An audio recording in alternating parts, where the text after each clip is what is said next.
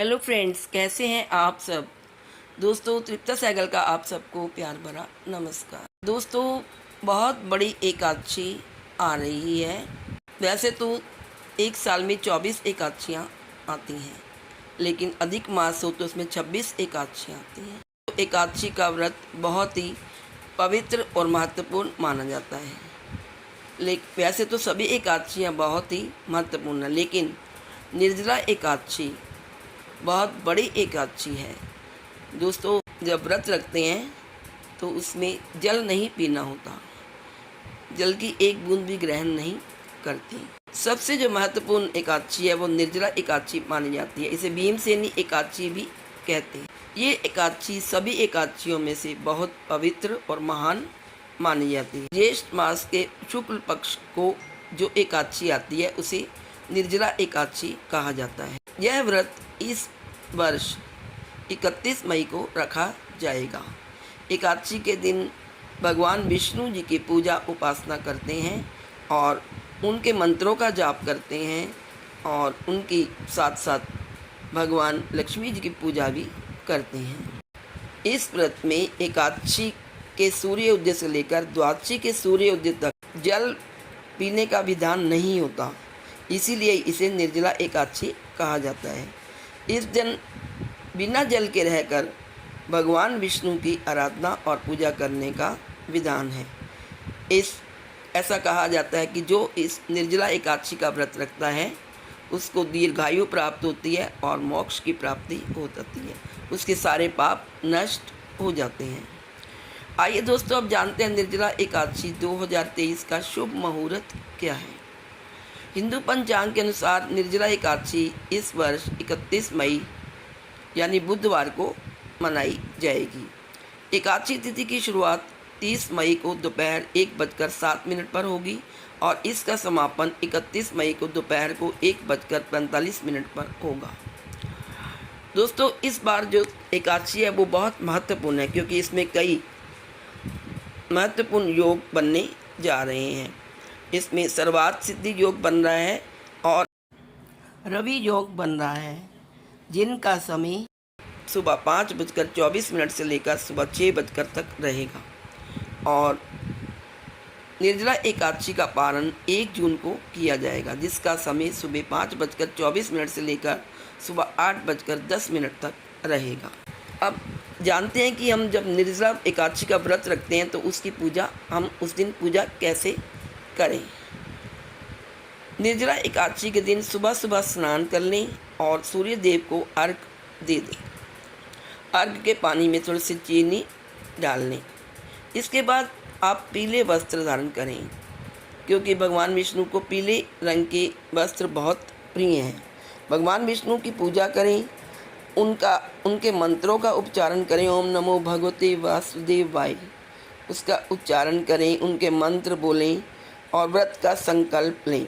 भगवान विष्णु को पीले फूल चढ़ाएं, पंचामृत दें और तुलसी दल भी अर्पित करें। भगवान विष्णु को तुलसी भी बहुत प्रिय है, इसलिए तुलसी दल भी अर्पित करें।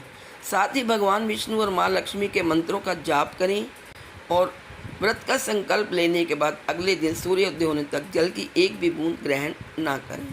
अगले दिन यानी द्वादशी तिथि को स्नान करके फिर से श्री हरि की पूजा करने के बाद आप अन्न जल ग्रहण कर सकते हैं और व्रत का पारण कर सकते हैं। व्रत करने वाले व्यक्ति को दिन में विष्णु सहस्त्र नाम का 11 बार पाठ करना चाहिए और द्वादशी वाले दिन फिर से नारायण का पूजन और अर्चना करके पीपल के वृक्ष के नीचे जाकर धूप आदि से पूजन करें और 11 बार परिक्रमा करें। दान में आप घड़े और पंखों आदि का दान करके भोजन करें। व्रत की अवधि में स्नान और आचमन के अतिरिक्त कहीं भी जल का सेवन निषेध बताया गया है। दोस्तों, वैसे तो अब अपने स्वास्थ्य के अनुसार आप इस व्रत को रख सकते हैं। कई लोग इस दिन अब भगवान की पूजा करके उनसे क्षमा मांगकर जल ग्रहण कर लेते हैं। वो शरबत पी सकते हैं या लस्सी पी सकते हैं, लेकिन पानी नहीं पीते। आइए दोस्तों, जानते हैं निर्जला एकादशी का हमारे जीवन में, हमारे हिंदू पंचांग में, हमारे हिंदू शास्त्रों में क्या महत्व है। यदि हम दान करते हैं तो उसमें हमें बहुत सारे पुण्यों का फल प्राप्त होता है। एकादशी के दिन हमें अपनी यथाशक्ति के अनुसार अन्न, गेहूँ, जल, वस्त्र, आसन, जूते, छतरी, पंखा तथा फल आदि का दान करना चाहिए। इस दिन जल कलश का दान भी लोग करते हैं और जो व्यक्ति कलश दान करता है जल के लिए, कहा जाता है उसे वर्ष भर की एकादशियों का फल प्राप्त होता है। इस एकादशी का व्रत करने से अन्य एकादशियों पर अन्न खाने का दोष छूट जाता है तथा संपूर्ण एकादशियों के पुण्य का लाभ मिलता है। जो व्यक्ति भी श्रद्धापूर्वक जो इस पवित्र एकादशी का व्रत रखता है वह समस्त पापों से मुक्त हो जाता है। निर्जला एकादशी के दिन शाम को भी हमें भगवान विष्णु और पार्वती जी की पूजा करनी चाहिए और हमें खासकर तुलसी के पौधे की भी पूजा करनी चाहिए। भगवान विष्णु को तो हम तुलसी दल अर्पित करेंगे ही, लेकिन तुलसी के पौधे के चारों तरफ हम धूप दीप करेंगे, उसकी परिक्रमा करेंगे और तुलसी के पौधे पर लाल चुनरी भी चढ़ा सकते हैं। निर्जला एकादशी के दिन हमें क्या करना चाहिए और क्या नहीं, आइए जानते हैं। दोस्तों, निर्जला एकादशी के दिन चावल नहीं बनाने चाहिए। एकादशी तिथि के दिन तुलसी के पत्ते नहीं तोड़ने चाहिए। यदि पत्ते बेहद आवश्यक हैं तो आप एक दिन पहले ही पत्तों को तोड़कर रख सकते हैं। इसके अलावा निर्जला एकादशी के दिन हमें ब्रह्मचर्य का पालन करना चाहिए। इस दिन घर में लहसुन, प्याज, मदिरा आदि का सेवन नहीं करना चाहिए। साथ ही किसी से लड़ाई झगड़ा ना करें, किसी का बुरा ना सोचें, किसी को दुख ना दें, बड़ों का अनादर ना करें और किसी के साथ बहस ना करें, किसी का हित ना करें और ना ही ज़्यादा क्रोध करें। शांतिपूर्वक हमें इस निर्जला एकादशी के व्रत को करना चाहिए। हो सके तो हमें जल दान देना चाहिए। किसी गरीब को एक पानी का घड़ा भर कर दें या आप खरबूजे और तरबूज का दान करें।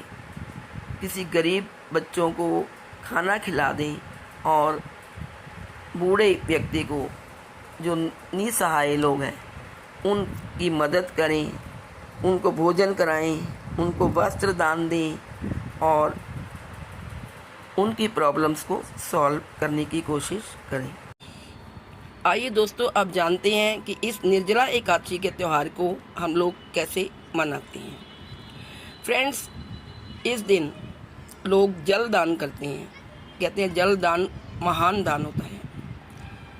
जल पानी के रूप में नहीं, जगह जगह छबीलें लगती हैं, लस्सियाँ बंटती हैं, शरबत पीते हैं। आने जाने वाले गरीब मज़दूरों को रोक रोक कर, रिक्शा में जाने वालों को रोक रोक कर छबीलों से लस्सी पिलाई जाती है, शरबत पिलाई जाते हैं और उनमें उनके साथ साथ पूड़ी आलू भी उनको दिए जाते हैं और जगह जगह भंडारे लगते हैं, लंगर लगते हैं।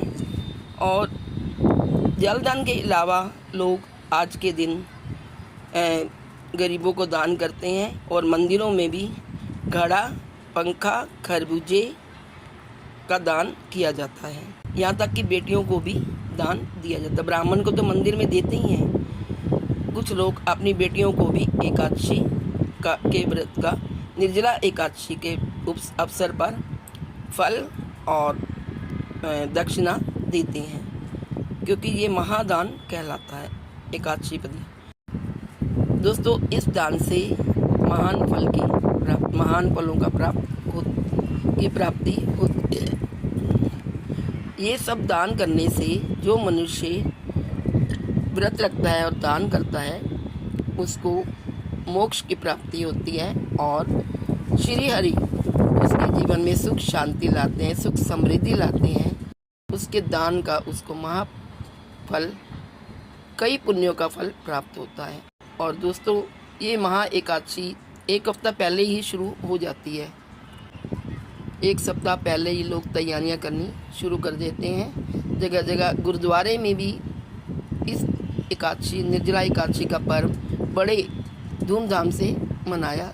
शरबतों और लस्सियों की छबीलें लगती हैं और गरीबों को पानी पिलाया जाता है। दोस्तों, इस दिन हमें पक्षी पशुओं को भी जलदान देना चाहिए। पक्षियों के लिए दाना और पानी ज़रूर अपनी छत पर या अपने घर के बाहर रखें। और पशुओं को भी हमें फल का दान देना चाहिए, उनको फल खिलाने चाहिए। ये जो पर्व है दोस्तों, ये निर्जला एकादशी बहुत गर्मी में आता है, तो गर्मी में प्यास तो लगती है सबको पानी। कई लोग पानी की थैलियाँ बांटते हैं और जिनसे जितनी सामर्थ्य होती है वो उतना दान करते हैं।